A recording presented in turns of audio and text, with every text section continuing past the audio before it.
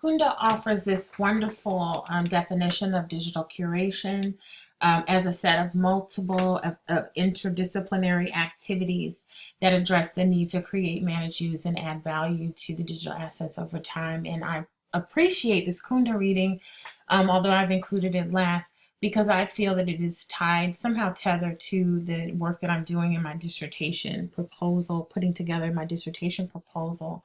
And isolating two elements, like two items on a checklist, institutional stewardship and community stories, the fact that there must be someone beyond the current leader, a legacy or longevity beyond a person, but an institutional commitment to preserving this practice.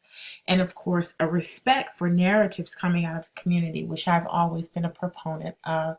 So I like this idea of digital curation having sort of an infrastructure. Scholars like Kunda who are starting to give us an infrastructure for this particular kind of practice, which 15 years from now will be common practice, but 15 years ago, we really didn't need it.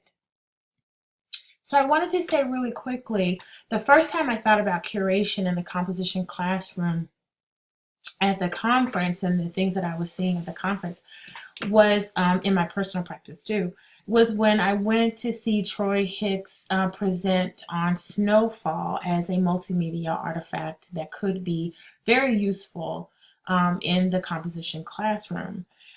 Students select artifacts that respond to a question. So there's the inquiry-based learning model at work. And this was the first time that I really thought deeply about curation as narrative building. I had kind of played with the idea, but actually seeing this Pulitzer Prize winning piece of multimedia digital born snowfall, the avalanche at Tunnel Creek, and having that be sort of deconstructed in that session with Troy Hicks really made me think about and led me to the revamping of my syllabus for the composition classroom and incorporating and replacing the previous argumentative essay with a multimedia artifact that the students would actually create. And I feel that the Kunda piece explores this model, kind of making the same kind of considerations at the university level, really thinking through what we're putting together and how we're composing narrative.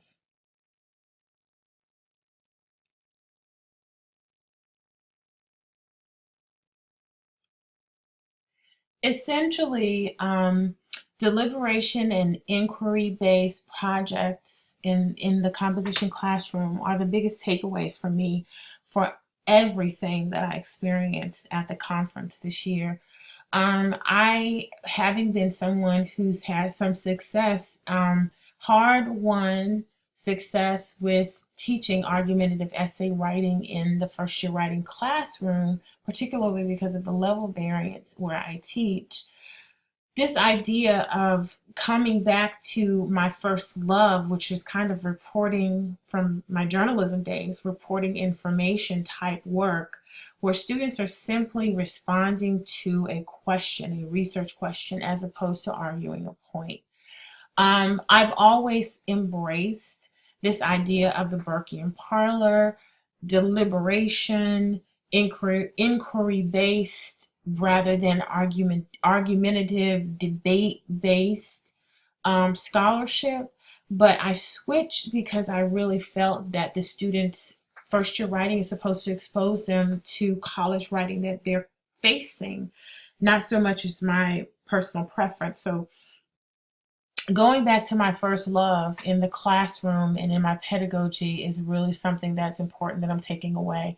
And also to revisit the nuts and bolts of the summer college writing camp, which I got a lot of joy from, and I felt like it was able to help a lot of students in a place where they could really use the help, because there are a lot of things pressing up against that dream of going to college in the United States.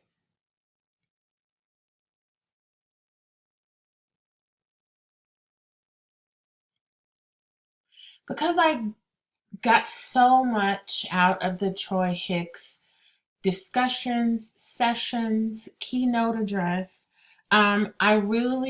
I took Julie Coyro's course.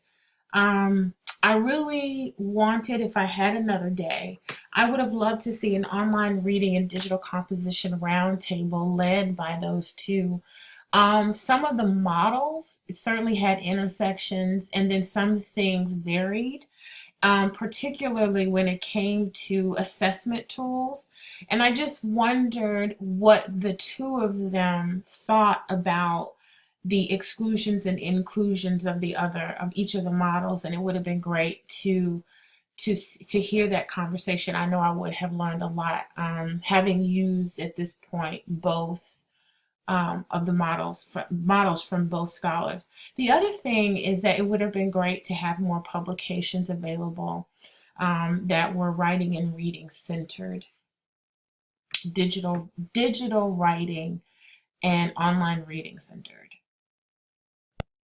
Again, my name is Clarissa Walker, and this concludes my final reflection for Tier 2 Digital Literacy Institute 2016.